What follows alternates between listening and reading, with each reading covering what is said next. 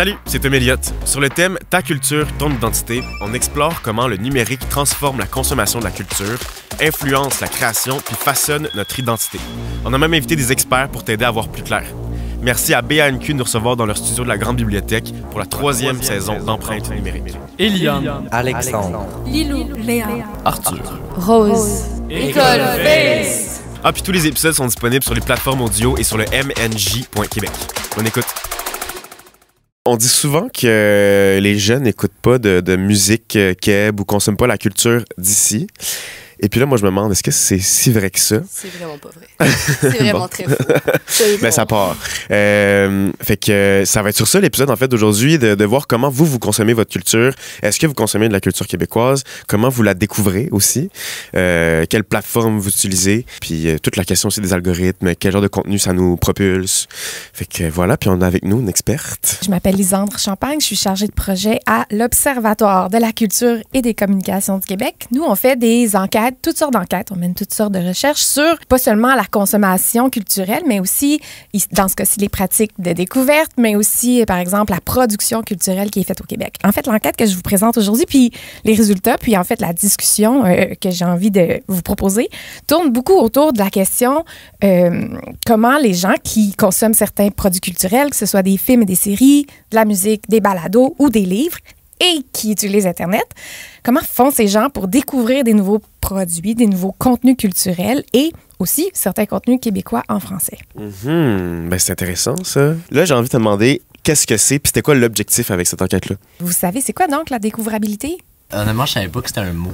Ouais, moi non plus. Ah, OK, je vais vous l'expliquer, c'est correct? Yes. Donc, la découvrabilité, c'est la capacité à un contenu, comme ta chanson, d'être mise en valeur, référé et recommandé sur tout ce qui est numérique, là, dans le fond, que ce soit la plateforme ou vos moteurs de recherche. Donc, la découvrabilité de la chanson, c'est sa capacité finalement à se retrouver, que ce soit sur ton menu, par exemple, la plateforme, ou que ce soit dans une playlist, ou justement, tu tapes je cherche une chanson québécoise, est-ce que sa chanson va arriver justement dans les résultats? Ça, c'est la découvrabilité. Est-ce que c'est clair? Comme, ouais, c'est pas pire, hein? Ça fait plaisir. Merci. T'as appris un mot aujourd'hui. Yeah! Donc, J'adore. j'adore.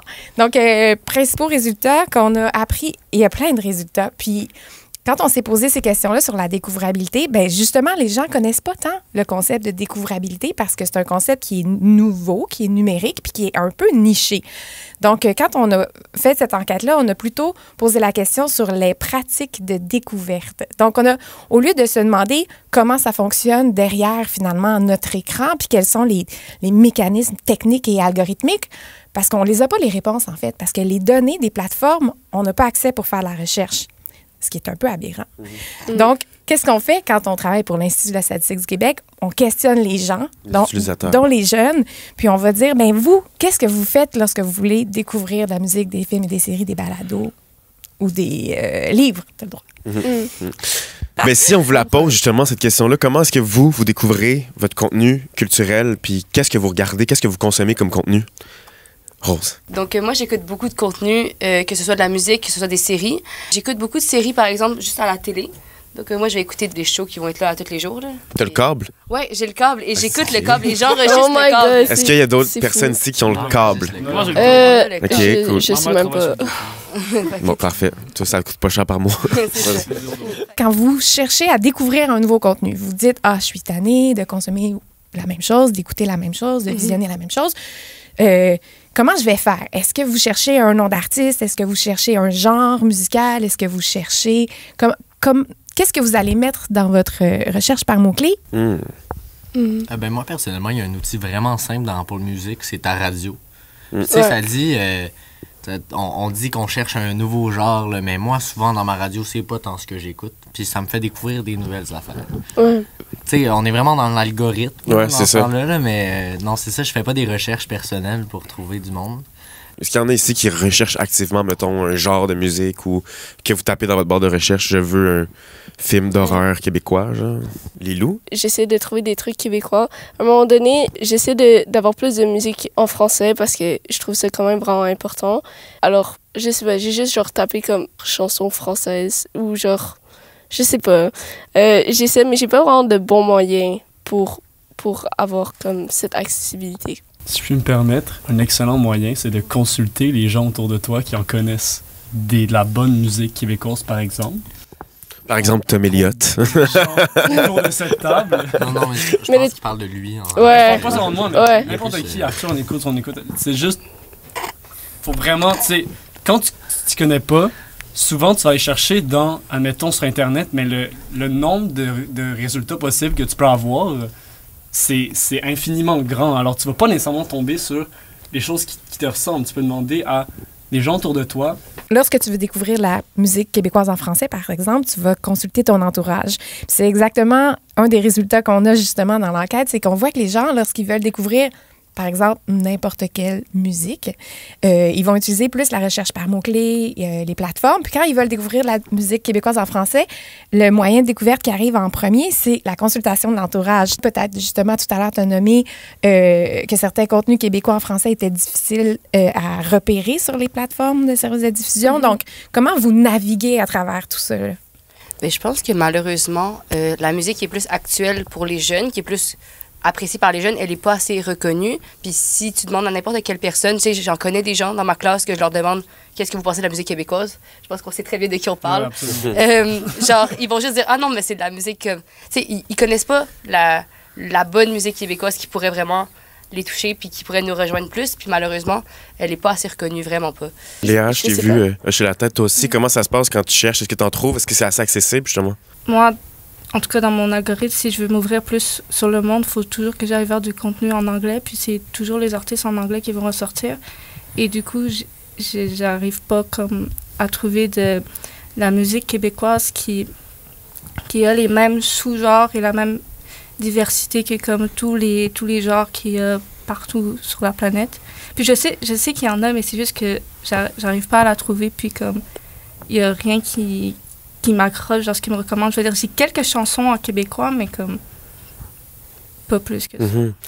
Est-ce que ça se reflète justement dans les résultats de votre enquête? Chez les jeunes de 15 à 29 ans, en fait, les proportions sont beaucoup plus importantes que chez les personnes plus âgées à ne pas consommer de produits culturels québécois en français. Chez les jeunes de 15 à 29 ans, il y a beaucoup d'activités qui se font là, au niveau de la découverte, puis ça tombe sous le sens parce que c'est l'âge aussi où on développe nos goûts musicaux, nos goûts en termes de culture. La question que je peux vous renvoyer, c'est pensez-vous qu'il y a un lien entre nos pratiques numériques et le type de contenu qu'on va consommer? Alexandre? Eh ben 100%. Non, mais dans le sens que peu importe ce que tu écoutes dans la vie ou avec quoi tu as été élevé, tu sais, mettons, moi, j'ai l'exemple des parents de... Si je prends l'exemple d'Eliane, mettons, toute sa famille va écouter de la musique québécoise, puis c'est sûr que dans le sens tu vas apprendre à aimer ça ou tu vas trouver ce qui t'intéresse, mais dans un même genre qui est la culture québécoise. Mais admettons, moi, j'ai découvert ça plus moi-même, tu sais, mettons, avec des amis autour ou les réseaux sociaux, mais pas de ce qui était de ma famille. Si t'écoutes, mettons, plus de séries québécoises, ben il y a plus de tunes québécoises dedans, qu'on le veuille ou non. Puis si t'écoutes plus de films ou de séries américaines, ben il va y avoir plus de tunes américaines. Dans d'autres types de contenus, là. Comme si t'écoutes des TikTok ou whatever, il y a pas mal moins de tunes québécoises dans tes TikTok parce qu'il y a moins de trends québécois. Mais ça me fascine, hein, parce que moi, je l'ai dit, mais là, je fais des blagues, mais j'ai sorti une chanson la semaine passée. Ouais. C'est ma première. Mais j'ai un point intéressant, vous allez voir. Puis j'ai un distributeur, dans le fond, qui a distribué ma chanson. Puis quand je suis arrivé, elle était sur toutes les plateformes, sauf TikTok. Puis que là, j'étais fâché, puis j'étais comme, mais voyons donc. Genre, moi, l'audience à qui je veux m'adresser le plus, puis ceux que je veux qu'ils découvrent ma musique, sont principalement à l'âge d'être sur TikTok, sur Instagram, sur les réseaux sociaux. Puis je peux même pas la propulser sur cette plateforme-là. Mais vous, mettons, est-ce que vous envoyez assez du contenu sur les plateformes, mettons, quand on ouvre justement les grosses plateformes de streaming, est-ce que ça vous est assez proposé, même quand vous en consommez pas? Est-ce que c'est mis de l'avant ou on devrait comme justement forcer pour que ça soit encore plus présent? Ben moi, tu sais, mettons, il y a l'affaire de l'algorithme, mais si moi j'écoute 98% du temps de la musique québécoise, ça va pas nécessairement refléter sur les autres plateformes. C'est-à-dire, si j'ouvre YouTube, j'ai très peu de contenu québécois qui est recommandé. C'est juste, effectivement, comme si on misait pas assez là-dessus, il y en a pas qui est diffusé du tout. Et en général, vu que le public québécois est très petit, comparé à, mettons, un YouTuber qui est français, qui a une audience beaucoup plus grande qu'au Québec, c'est beaucoup plus difficile de le diffuser et donc ça va pas aller chercher un public et les Québécois comme si ça se concentre juste sur vouloir chercher son public québécois. C'est sûr que ça va être plus difficile d'être populaire, mais c'est justement ça, tu l'as bien dit, et je pense que ça devrait plus être mis d'avant sur les réseaux sociaux parce que si tu veux un jeune public, parce que mine de rien, tu sais, si les jeunes n'apprennent pas à écouter du québécois ou à juste mettre de l'avant ces affaires de la culture québécoise, c'est sûr que ça va finir par disparaître. Fait qu'il faut aller chercher un public jeune, c'est sûr, ça c'est une évidence. Arthur? Pour revenir au fait que sur les grosses plateformes de streaming comme les Netflix, Crave de ce monde, on voit très peu de contenu québécois, et c'est vrai. Même si dans les derniers temps sur Crave, Netflix, ça en est vu plus. En quelque sorte, c'est dommage qu'on doive sortir de ces services-là pour aller vers d'autres trucs. Par exemple, ici, Tout.tv ou Nouveau, 2 plateformes québécoises qui mettent des contenus québécois. Je consomme, j'adore. C'est très bien pour eux. Je veux dire, j'adore encourager des plus petites entreprises québécoises. Mais c'est dommage qu'on doive avoir d'autres services séparés pour notre contenu. C'est comme si le Québec était séparé du monde. Ouais. Ça devrait être plus mis de l'avant. Ben, c'est ça, c'est que ça soit inclus, en fait, dans ce que vous consommez le plus. Il y en a plein de bonnes séries québécoises qui se font, puis j'ai envie de vous demander, justement, qu'est-ce que vous regardez, qu'est-ce que vous consommez, parce que tu as nommé tantôt, justement, c'est plus difficile à trouver, mettons, peut-être des trucs dans le genre, ou c'est moins reconnu, tu sais, la musique québécoise, parce que les gens ont l'impression qu'ils n'ont pas ce qu'ils aiment, ou ça se reflète pas dans leur goût, alors que oui. Tu as nommé aussi que toi aussi, tu avais l'impression que c'était plus difficile à trouver des chansons qui sont dans les genres que tu écoutes, tu sais. Vous, qu'est-ce que vous regardez, puis est-ce que c'est assez présent, est-ce qu'on en a assez de la musique qui viennent vous rejoindre? Est-ce qu'on en fait assez des séries pour vous, tu sais? Moi, je peux dire qu'avant, j'écoutais des séries québécoises qui passaient sur la télé avec mes parents, mais ces temps-ci, on est plus... Parce qu'on regarde du contenu en français. Moi, j'écoute du contenu en français, mais ça vient de France. Je pense que c'est peut-être parce qu'ils ont une plus grande population. Puis moi aussi, c'est que je suis sur les réseaux sociaux depuis que je suis très petite, donc je peux dire que j'ai un peu été élevée avec ça. Puis, sur les réseaux sociaux, tu as vraiment envie d'être dans des communautés avec beaucoup de personnes et tout ça, vraiment connecté avec les gens. Mais le problème, j'ai l'impression que sur les réseaux sociaux, il y a beaucoup de grosses communautés pour, mettons, les artistes américains, les séries américaines et tout ça. Mais pour les artistes québécois et les séries québécoises, il y a comme moins de fan club, comme on dit. Du coup, tu peux moins connecter avec genre les autres gens et finalement, tu t'es pas vraiment attiré. En tout cas, moi, c'est ça. Moi, j'aime ça, comme avoir beaucoup de gens qui aiment la chose que j'aime. Puis quand tu vois que t'es comme un peu seul au monde sur les réseaux sociaux à parler de ça, en tout cas, moi, j'arrive pas à trouver vraiment les gens qui sont fans, en tout cas, qui ont vraiment des fanbases sur les artistes ou les séries québécoises. Puis quand je peux pas connecter avec d'autres gens, je me sens un peu seule là-dessus. Puis finalement, je me mets à un peu me déconnecter de ça. Puis je pense que c'est une des raisons pourquoi j'écoute pas beaucoup d'artistes québécois. Une chose que je pourrais faire, c'est plutôt genre aller vers le contenu québécois et après proposer à mes amis ce genre de contenu à la place. Ben oui, parce qu'il faut le construire, ce fanbase-là. Tu sais, moi, en tant qu'artiste, c'est sûr que j'en veux un fanbase. Je veux des gens qui me suivent, je veux des gens avec qui interagir. Se poser ces questions-là sur mais comment les gens découvrent, c'est des nouvelles questions. Tu sais, on est dans l'environnement numérique, puis c'est nouveau qu'on se pose ces questions-là parce que finalement, le ministère de la Culture et des Communications, finalement, qui nous a demandé de faire ça, se poser la question, mais comment on va les placer, nos contenus, ou comment on va peut-être les valoriser si on ne sait même pas comment les gens les cherchent et cherchent à les découvrir. Donc, c'est un peu comme le fou la poule.